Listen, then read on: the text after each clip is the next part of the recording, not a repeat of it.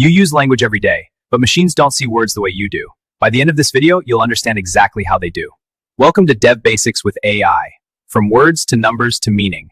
Let's break it down. Now, I'll let my AI assistant guide you. It's built to explain complex ideas clearly, and it's ready to teach you the rest. The core challenge in AI is that machine learning algorithms cannot process raw text. They are built on mathematics and require numerical inputs. We must transform symbolic language into a word space, where meanings can be calculated. One-hot encoding is the simplest way to convert words into numbers, known as the localist representation. For each word in a vocabulary, you create a vector where only one index is a 1, and all others are 0.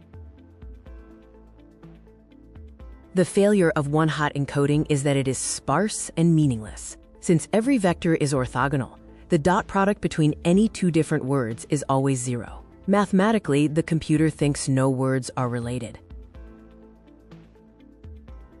Word embeddings are the secret sauce. They represent words as dense numeric vectors, where every dimension carries a piece of meaning. Words with similar meanings are positioned close to each other in this multidimensional space.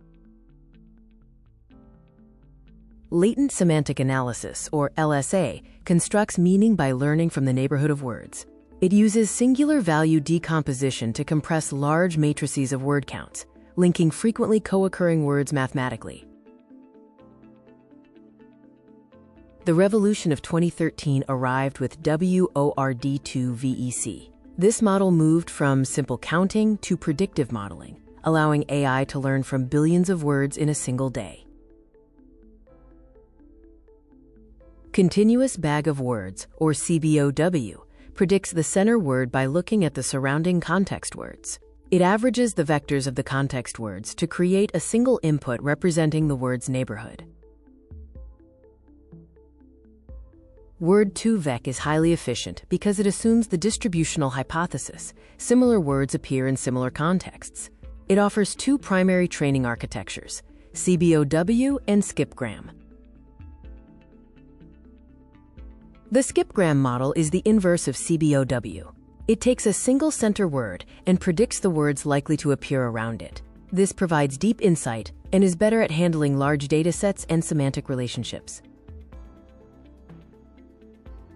A major problem is that calculating probability requires looking at every word in the dictionary, which is too expensive. The solution is optimization through negative sampling, focusing only on the correct word and a few random wrong ones. Without optimization, the model faces a massive multi-choice problem. Negative sampling simplifies this by turning it into a binary classification problem. Is this word pair real or fake? This is drastically faster.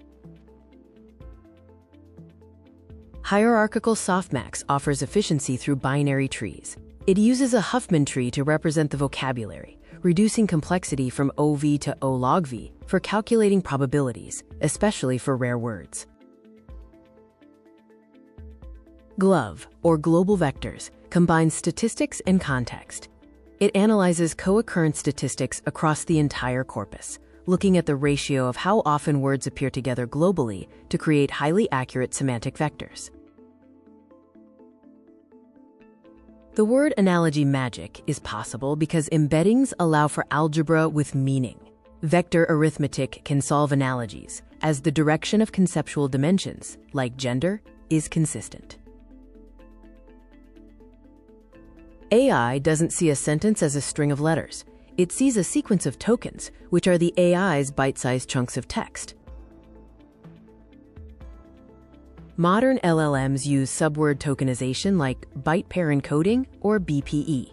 This allows for subword efficiency by keeping common words whole but fragmenting rare words, preventing the quote-quote unknown word problem. Contextual embeddings, like those used by BERT, mark the death of fixed vectors. Unlike Word2Vec, BERT creates vectors that change depending on the surrounding words, allowing, quote, bank to be accurately represented in different contexts. The bag of words problem is that transformers process every word simultaneously and don't inherently see the sequence order. The crisis is that the cat ate the fish looks identical to the fish ate the cat. Positional encoding is required to fix this. The math of position uses trigonometric functions. For every position, the model calculates a unique value using sine for even indices and cosine for odd indices. This creates a unique signature for every position in the sequence. Positional waves use geometric progression, where each dimension is a different frequency. High-frequency waves capture near-word relationships, while low-frequency waves capture distant relationships, based on wavelengths progressing from 2π to 2π times 10,000. Merging meaning and position is done through element-wise addition. Transformers simply add the positional vector to the word vector. Because these vectors are high-dimensional, the model can separate semantic meaning from the position marker. Embeddings are a mirror of history, inheriting human biases from the text they are trained on. This means models can reflect biases, such as linking doctor to man and nurse to woman. Biased AI has a real impact, including allocative harm, where AI denies resources, like penalizing women's CVs. There is also representational harm, where AI reinforces stereotypes or misrecognizes certain groups. Bias enters through several ways. Non-representative samples lead to poor recognition, label bias uses proxies that reinforce existing societal biases, and culture bias designs systems that exclude billions by favoring specific conventions. The modern stack utilizes vector databases, which scale embeddings to billions, and RAG, or Retrieval-Augmented Generation.